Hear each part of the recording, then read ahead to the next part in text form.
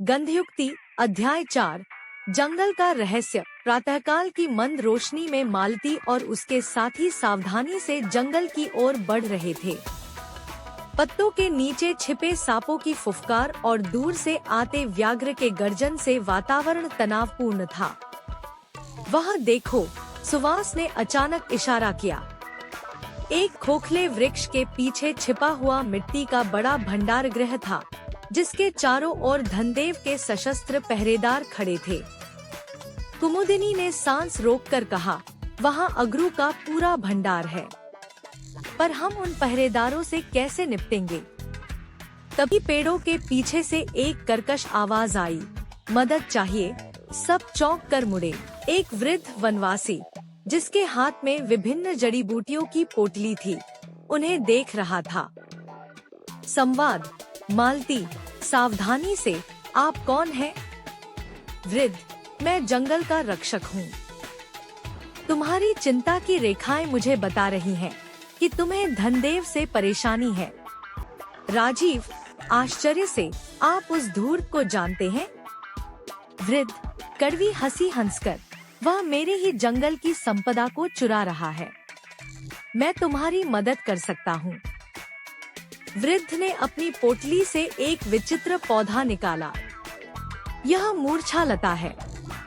इसका धुआं सूंघने वाला 1 घंटे तक बेहोश रहता है। योजना का क्रियान्वयन। दोपहर के भोजन के समय, जब पहरेदार आराम कर रहे थे, कुवलय और सुरभित ने लताओं को सावधानी से जलाया। हवा के साथ फैलते धुएं ने पहरेदारों को मूर्छित कर दिया। शीघ्रता करो, मालती ने आदेश दिया। सभी ने भंडारगृह में प्रवेश किया। वहाँ सैकड़ों अगरू की लकड़ियाँ, तगर के पुष्प और अनमोल गंध द्रव्य थे। संवाद।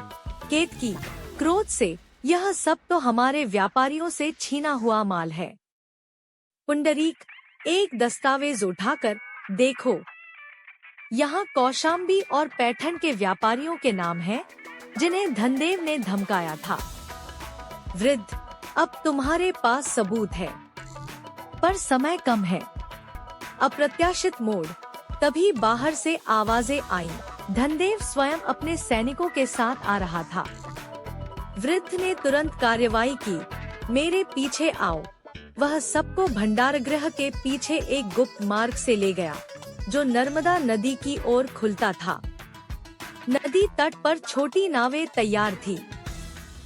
वृद्ध ने समझाया, ये नावें तुम्हें प्रतिष्ठान के राजदरबार तक ले जाएंगी।